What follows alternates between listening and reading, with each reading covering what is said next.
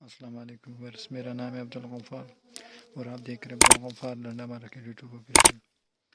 एक और नई वीडियो के साथ हाजिर हूँ। ये जो है ना रज़ाई है कोरिया का, 80 केजी का बंडल है और रेट भी इसका बिल्कुल मुनासिब है।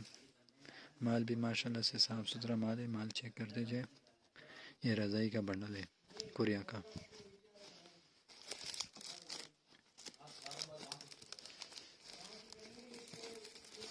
ये देख रहे हो,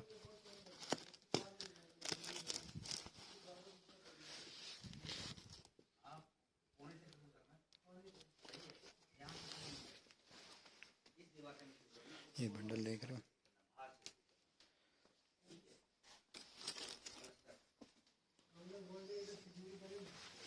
ये देख रहे हो आप, माल इसका चेक कर सकते हो। रज़ाई का ये बंडल है।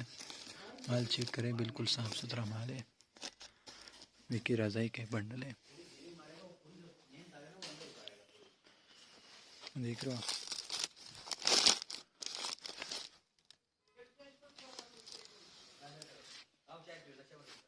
विकी रज़ाई का बंडल है और माल आप चेक करते जाए साथ में।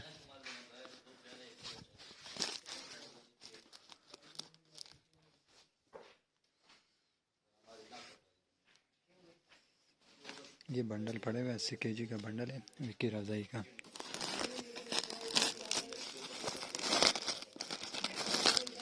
ठीक है।